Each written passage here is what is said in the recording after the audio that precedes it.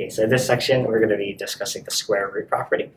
And before we can actually do the square root property, let's discuss the absolute value, because that is what we're going to be using to show the square root property. So remember that the absolute value function, f of x is absolute value of x, is given by x, or the inside of the absolute value, if x is greater than or equal to 0, or the inside is greater than or equal to 0, and then negative the inside if the inside is less than 0. So what we're going to do is we're going to take this and solve it. So x squared is equal to d. Now, in order to solve this, a square and a square root cancel each other. So if I square root both sides, you get this property. Now, think about what this is actually saying, right? X squared is always going to be positive. So what we're doing is we're canceling out the x squared and the square, but the part that we're talking about is always positive. So since it's always positive, it is something that you've done before, which is the absolute value. So we can go ahead and write this as the absolute value of x. So let's go ahead now and use our definition of the absolute value to show what happens to get the square root property. So the absolute value, we'll just write it again down here, is equal to the square root of d.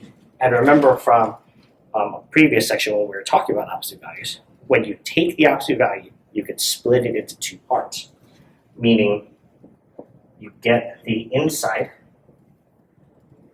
or you get negative the inside. Okay.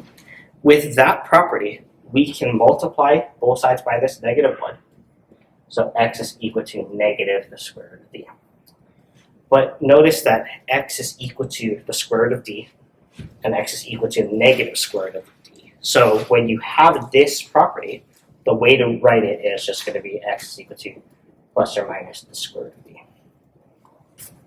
Now, the square root property itself is going to be used to solve problems of this form. Okay. Now, before we can actually do that, let's figure out how to deal with the square roots. So a square root looks like this. And what we're going to do is we're going to break down 90 into its factors, right? So for example, 9 and 10. And then 9 can be broken down into 3 times 3 and 5 times 2 for 10. The square root is really looking for a pair of multiplications that are the same. So these two right here, the 3 times the 3, get pulled out of the square root as a single 3. Now notice there's no more pairings. We don't have a 5 times a 5 or a 2 times a 2. So this can be left alone. And the simplification of this square root of 9 times 10 or square root of 90 comes out to be 3 square root of 10.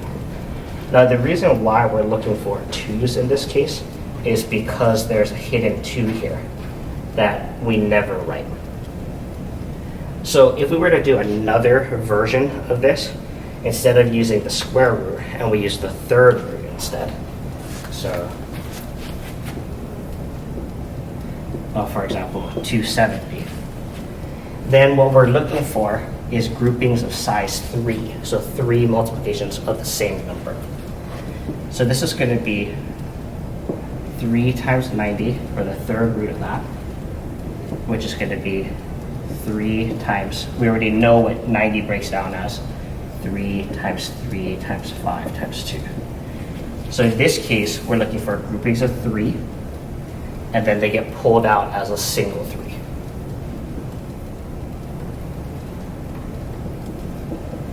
Or 3 root 3 times of 10.